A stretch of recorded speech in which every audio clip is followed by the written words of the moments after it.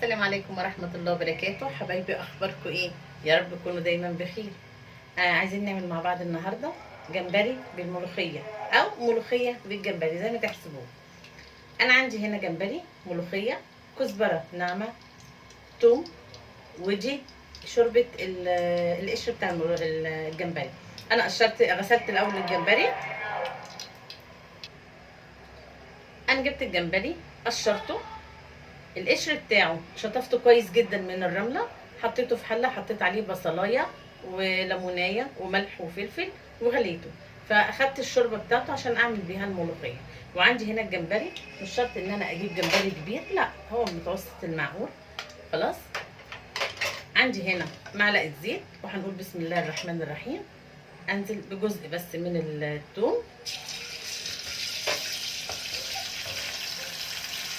وانا عندي هنا قرن فلفل، زي ما قلت لكم حته صغيره من قرن الفلفل، ممكن تحطيها مع الثوم وممكن تحطيها مع الملوخيه. انا حطيته مع الملوخيه وخرجتها كده. مجرد بس ان الثوم اخد تقليبه واحده، ما لسه ما غيرش لونه ولا حاجه، انا هنزل بالجمبري. بسم الله الرحمن الرحيم.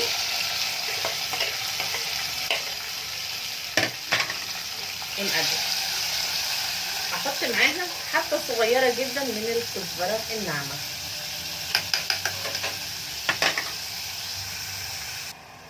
احنا عارفين ان كويس ان الجمبري ما بياخدش سوا. خلاص، انا قلبته كده تقلبتين. انا ما حطيتش ملح وما حطيتش فلفل عشان الشوربه فيها ملح وفلفل. هنقول بسم الله الرحمن الرحيم، ومش هكتر، هناخد حبه صغيره، ولو احتاجنا لما نلاقي لو لقينا الملوخيه تقيله ممكن نحط لها شوربه تاني. بس انا هستكفى بكده وهشوف وضعها في الملوخيه هيبقى عامل ازاي. كده الشوربه بدات تغلي معايا، نقول بسم الله الرحمن الرحيم. نحط الملوخيه بتاعتنا ونفكها ونشوف هنحتاج، اذا كنا هنحتاج شوربه او لا. انا كده هزود لها حبه كزبره ناعمه، واحط لها فص ثوم كده،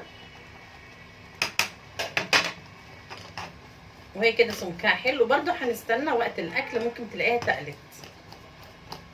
خلاص، يلا بينا نعمل الطشه بتاعتها. حطيت هنا معلقه السمنه، وادي الثوم بتاعها. مجرد بس ما يغير لون هنقلبه. يلا نقول لها كلمه السر بتاعتها: حلاوه النبي فيكي واللي يدوقك ما يسليكي. بسم الله الرحمن الرحيم.